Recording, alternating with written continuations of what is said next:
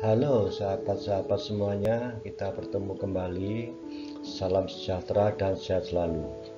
Video kali ini akan membahas mengenai ujian tengah semester materi pengantar ekonomi yang dibahas secara praktisi agar Anda memahami setiap soal. Ujian tengah semester mengenai materi pengantar ekonomi. Di sini ada 7 soal. Perhatikan dalam pembahasan secara praktisi setiap soalnya, sehingga nanti Anda akan mudah untuk memahami dan menuangkan dalam jawaban Anda.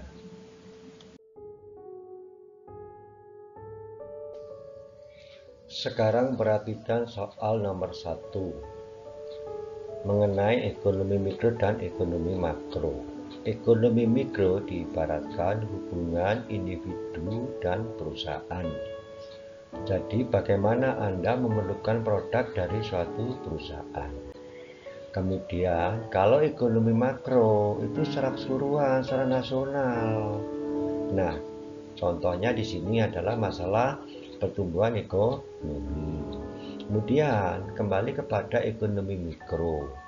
Jika Anda selaku individu memerlukan produk dari suatu perusahaan, pasti akan timbul biaya. Perusahaan pun juga demikian dalam memproses produk akan memerlukan biaya.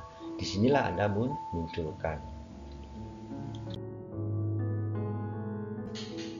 Nah, sekarang nomor 3 perhatikan. Di sini ada permintaan dan penawaran. Permintaan itu anggaplah Anda memerlukan produk di pasar dan Anda bisa membelinya.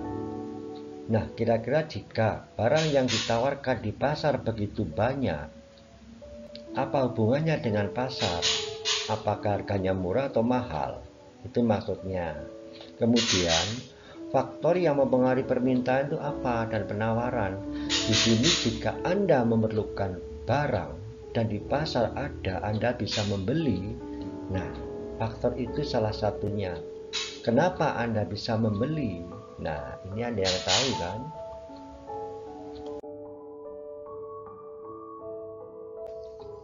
Nah, sekarang yang nomor 5 ini dicontohkan kepada Anda. Bila Anda memiliki usaha kuliner, jika Anda ingin memproses suatu produk, kan memerlukan proses untuk menjadi barang jadi. Nah, faktor-faktor produksi itu kira-kira siapa yang membantu Anda? Apakah Anda sendirian mampu? Kan tidak. Nah, itu kembangkan dan dikasih contoh untuk jawabannya.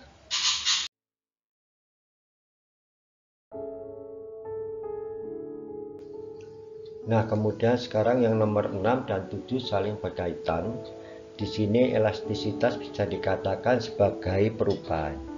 Salah satu contoh misalnya di pasar ada suatu barang yang mengalami penurunan, katakanlah diskon. Nah, Anda selaku konsumen, selaku individu berbondong-bondong untuk membeli produk itu. Nah, disitulah Anda dikatakan sebagai elastisitas permintaan.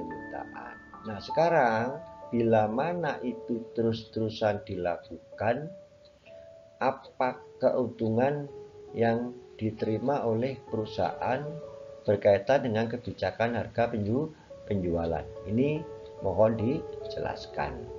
Demikian ya, oke, selamat bekerja, salam sejahtera, salam sukses semuanya.